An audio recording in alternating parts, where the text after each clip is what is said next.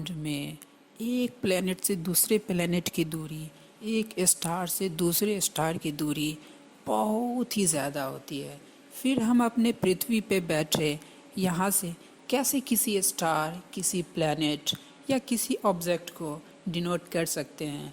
3D coordinates में तो denote बिल्कुल भी नहीं कर सकते, तो हम कैसे उसे एक पार्टिकुलर ऑब्जेक्ट का लोकेशन डिस्क्राइब कर सकते हैं, ये हम यहाँ पे समझने की कोशिश करेंगे। जैसे कि अगर किसी भी रूम में एक किसी पार्टिकुलर पॉइंट को डिफाइन करना हो, तो हम उसे 3D कोऑर्डिनेट्स यानी कि एक्स एक्सिस, वाई एक्सिस और जेड एक्सिस में डिफाइंड कर सकते हैं। मतलब कि अगर किसी टेबल पे कोई बुक रखा है, तो हम उसे बोल सकते हैं कि 5 मीटर ऊपर, 5 मीटर दाएं या फिर 5 मीटर पीछे की ओर रखा हुआ है। परंतु क्या हम स्पेस के टाइम में ये कह सकते हैं? जी नहीं।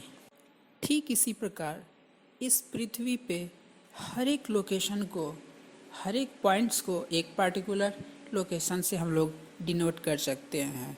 अगर आप ज्योग्राफी में लैटिट्यूड, लॉन्गिट्यूड यानी कि जैसे हिंदी में हम अक्षांश रेखा और देशांतर रेखा कहते हैं, इसके बारे में अगर आपने ध्यान दिया होगा, तो इस लैटिट्यूड और लॉन्गिट्यूड के रेफरेंस में हम लोग इस पृथ्वी पे किसी भी पार्टिकुलर पॉइंट्स को लोकेट कर सकते हैं।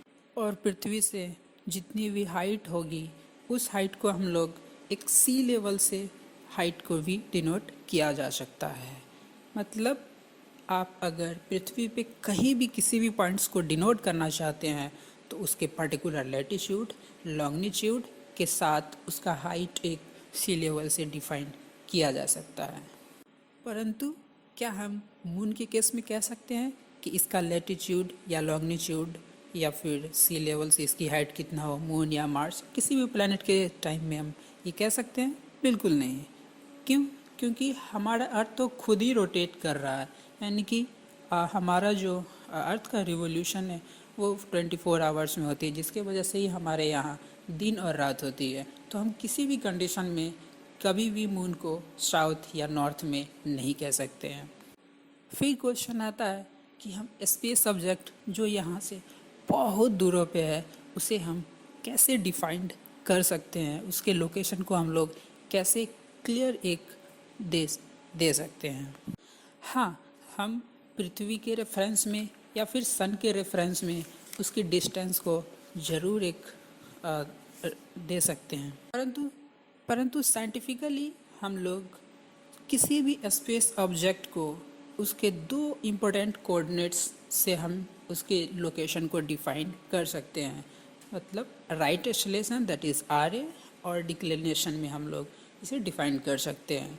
राइट एक्सेलेरेशन बेसिकली लॉन्गिट्यूड के इक्विवेलेंट ही होती है, और दोनों ही एक पार्टिकुलर एंगल को उस स्पेस ऑब्जेक्ट में अर्थ के रेफरेंस में मापा जाता है।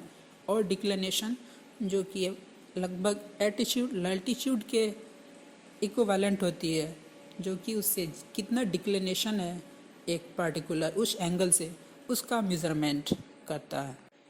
मतलब इस यूनिवर्स में किसी भी स्पेस ऑब्जेक्ट को हम लोग दो पार्टिकुलर कोऑर्डिनेट्स में दैट इज़ आर ए और डिक्लिनेशन में उसके पार्टिकुलर लोकेशन को डिफाइंड कर सकते हैं। इसके अलावा अगर कोई भी स्पेस ऑब्जेक्ट जो हमसे काफ़ी दूर स्थित है, उसे लाइट ट्रैवल टाइम में भी उसकी डिस्टेंस को डिनोट किया जा सकता है। मतलब कि लाइट को ट्रैवल करने में जो टाइम लग रहा है, उतना डिस्टेंस हम लोग लाइट ट्रैवल टाइम बोल सकते हैं। जैसे कि हमारा डिफरेंट डीप स्पेस मिशन के लिए गया स्पेस शटल वाइजर 1, वाइजर 2 या हॉरिज़न और पायनियर मिशन जितने भी है, उसके डिस्टेंस को भी हम लोग माप सकते हैं। इस प्रकार से टाइम ट्रेवल लाइट के द्वारा जो भी किया गया हो। एज़ फॉर एग्ज़ाम्पल वाइजर 2 जो कि 1977 में यहाँ से लॉन्च किया गया था, जो कि अभी तकरीबन 17 hour 40 minute of light travel time हमसे दूर है। इसी प्रकार वाइजर 1 जो कि अभी तकरीबन 21 hour 14 minutes light travel time हमसे दूर है। और दोस्तों पता है वॉयज़र 1 और वॉयज़र 2 लगभग एक ही साथ 15 दिन के डिफरेंस में 1977 में यहाँ से लॉन्च किया गया था, यानी कि लगभग 42 साल का सफ़र अभी तक कर चुका है, जबकि ये तकरीबन अभी तक 1 डे लाइट ट्रैवल टाइम भी नहीं कवर कर पाया।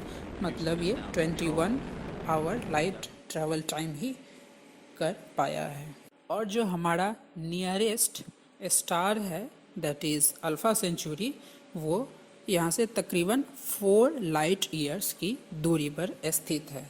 मतलब अभी हमारा वॉयज़र 1 जो कि 1 डे लाइट ट्रैवल भी नहीं कर रहा है, उसे अभी 1 लाइट ईयर ट्रैवल टाइम करने में तकरीबन 365 गुना ज़्यादा टाइम लगेगा। फिर 4 लाइट ईयर ट्रैवल टाइम करने में कितना टाइम लगेगा आप खुद ही सोच सकते हैं। मतलब जो नियरेस्ट स्टार है उसके पास जाने में अभी कितना टाइम लगेगा ये आप सोच सकते हैं वॉयज़र सीरीज़ के स्पेस शटल को। मतलब साफ है कि हम लोग जो यूं ही यहाँ से ढेर सारे स्टार देख ले रहे हैं, परंतु रियली में एक स्टार तक भी पहुँचना कितना मुश्किल हो रहा है, कितनी बहुत ज़्यादा दूरी तय करना पड़ेगा। तो आप समझ सकते हैं कि ये गैलेक्सी या यूनिवर्स कितना बड़ा है और हम कितने ही स्टार जो कि कितने दूर पर स्थित हैं जिसे हम आसानी से देख पा रहे हैं।